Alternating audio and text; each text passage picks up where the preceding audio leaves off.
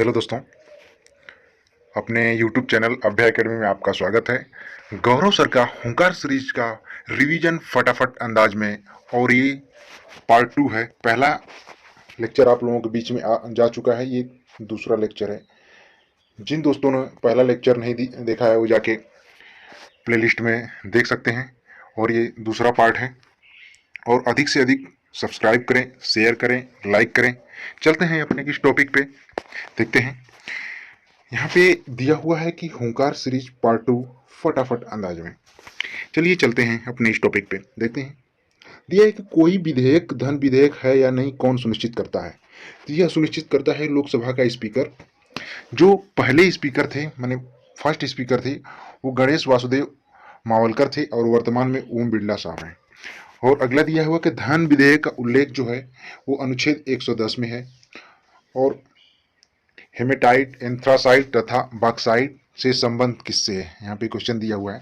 जो हेमेटाइट का संबंध है वो लोहा से है, एंथ्रासाइट का संबंध कोयला से है, और बॉक्साइट का संबंध है एल्युमिनियम से।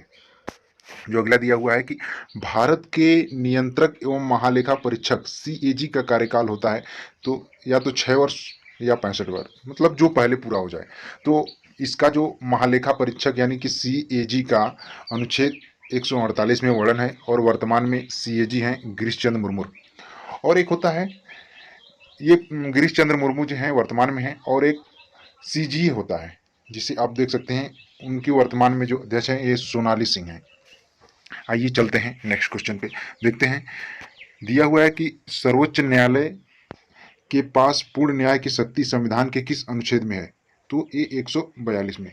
मतलब कहने का मतलब ये है कि जो सर्वोच्च न्यायालय के पास शक्ति है, जो भी उच्च न्यायालय का मामला है तो सर्वोच्च न्यायालय चाहे तो उसे अपने यहाँ मंगा के उसका निपटारा कर सकता है। इसका कहने का मतलब यही है। और क्वेश्चन एक दिया हुआ है कि सूचना का अधिकार अधिनियम किस वर्ष से संबंधित है। तो इस जो RTI है 2005 से, 12 अक्टूबर 2005 से ये लागू हुआ। और जो शिक्षा का अधिकार अधिनियम है ये 2009 से लागू हुआ। चलते हैं और अगले क्वेश्चन पे देखते हैं। दिया हुआ है कि चट्टानों की आयु ज्ञात करने के लिए किस समसायनिक का प्रयोग किया जाता है। तो ये यूरेनियम का। और जीवाश्म की आयु ज्ञात करने के लिए C14 का प्रयोग किया जाता है। अम्लीय वर्षा में कौन कौन अम्ल होते हैं। तो H2SO4 होता है, NHO3 होता है, यानी कि सल्फ्यूरिक अम्ल होता है और नाइट्रिक अम्ल होता है। चलते हैं नेक्स्ट क्वेश्चन पे, देखते हैं कि सैला सुरंग किस राज्य में स्थित है। तो जो हमारा सैला सुरंग है ये अरुणाचल प्रदेश में स्थित है। और अगला दिया हुआ है कि लाइकेन किसका सहजीवी है। तो लाइकेन जो है कवक का सहजीवी है।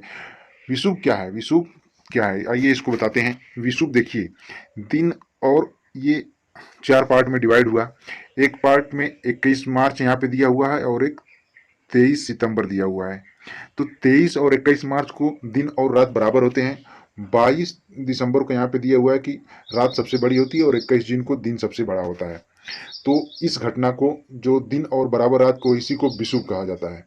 आइए चलते हैं नेक्स्ट क्वेश्चन पे, देखते हैं। जो अगला दिया हुआ है कि इकोसिस्टम शब्द किसने दिया है, यानी कि पारिस्थितिकी तंत्र। एक मिनट, पारिस्थितिकी तंत्र जो है इसको किसने दिया हुआ है। पारिस्थितिकी तंत्र को AG टांसले महोदय ने दिए हैं। और इकोलॉजी यानी कि पारिस्थितिकी को अर्नेस्ट हैकल। जहाँ पे पारिस्थितिकी तंत्र की बात किया जाए, अगर तंत्र लग जाए तो AG टांसले, और इकोलॉजी यानी कि पारिस्थितिकी की बात किया जाए तो अर्नेस्ट हैकल। चलते हैं नेक्स्ट पे, देखते हैं। जो हमारा नेक्स्ट है कि धान के खेत तथा दलदली भूमि में कौन सी गैस निकलती है। तो यहाँ से मीथेन गैस निकलती है। धान के खेत से और दलदली भूमि से मीथेन गैस निकलती है, और जो पशुआं जुगाली करते हैं वहां से भी मीथेन गैस निकलती है। तो ये बहुत ही मोस्ट इंपॉर्टेंट क्वेश्चन है। आइए चलते हैं, देखते हैं अगला क्वेश्चन कि माता टीला परियोजना किस नदी पर स्थित है। तो ये बेतवा नदी पर स्थित है। इसे याद करने का एक हम ट्रिक बता दें।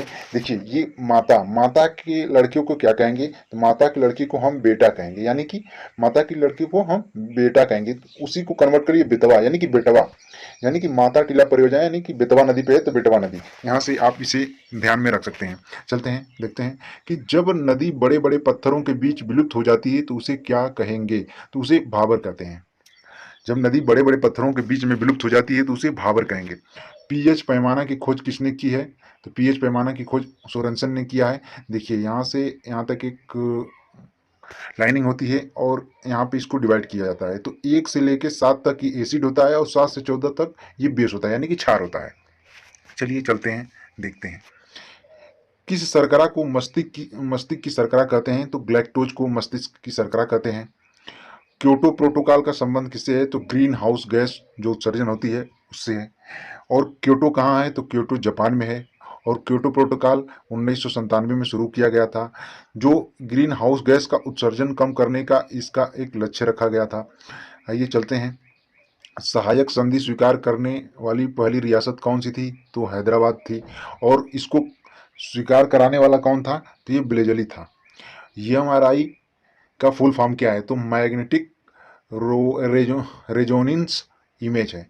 जो एमआरआई का फुल फॉर्म होता है मैग्नेटिक रेजोनेंस इमेज। मिनी माता रोग का संबंध किस धातु से है? तो ये पारा से होता है। मिनी माता रोग का संबंध यानी कि पारा से होता है। एक मिनट, कहाँ गया?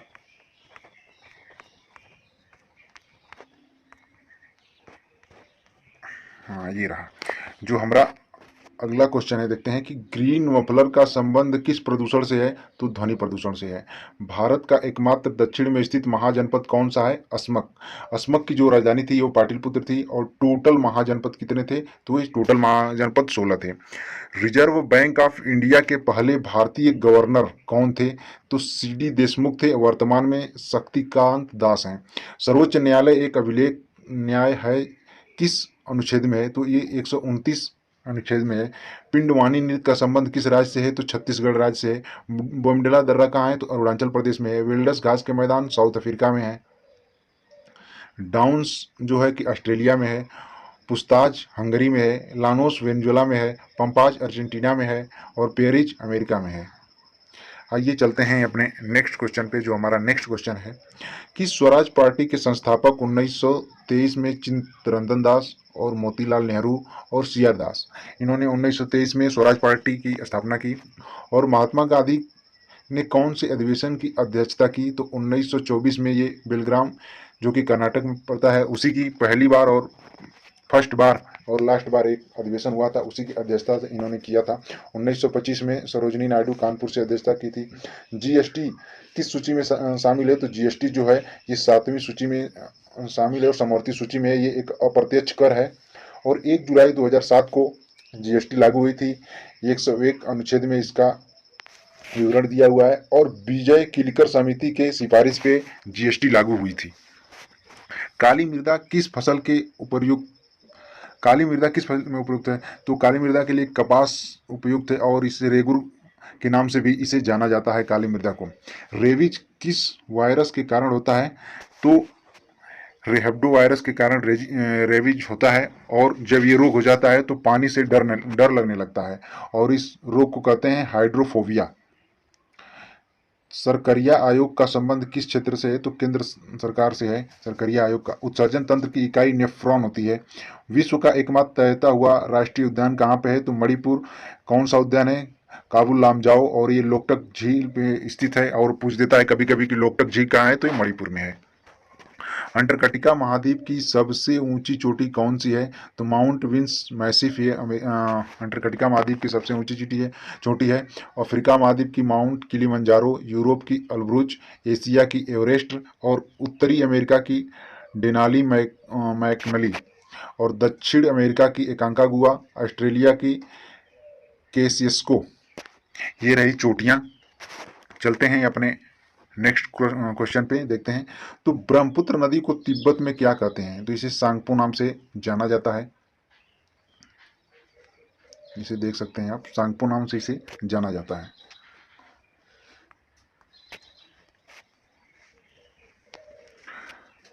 विश्व का सबसे बड़ा नदी द्वीप माजुली असम में ब्रह्मपुत्र नदी पर। भारत में न्यूनतम जनसंख्या घनत्व किस राज्य में है? तो अरुणाचल प्रदेश में।